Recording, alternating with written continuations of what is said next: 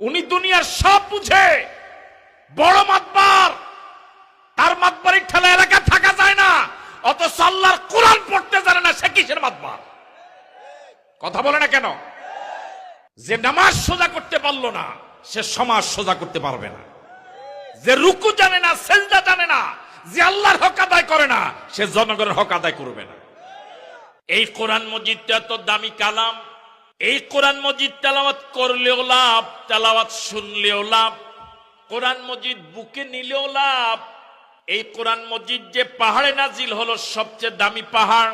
কোরআন মজিদ যে ফেরেশতার মাধ্যমে নাজিল হলো, সবচেয়ে দামি ফেরেশতা। কোরআন মজিদ যে রাতে নাজিল হলো, সবচেয়ে দামি রাত। এই কোরআন মজিদ যে মাসে নাজিল হলো, সবচেয়ে দামি মাস।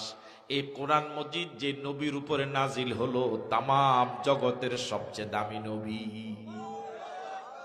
এই কোরআন মজিদ দিয়া যে ব্যক্তি চলবে, সবচেয়ে ভালো মানুষ।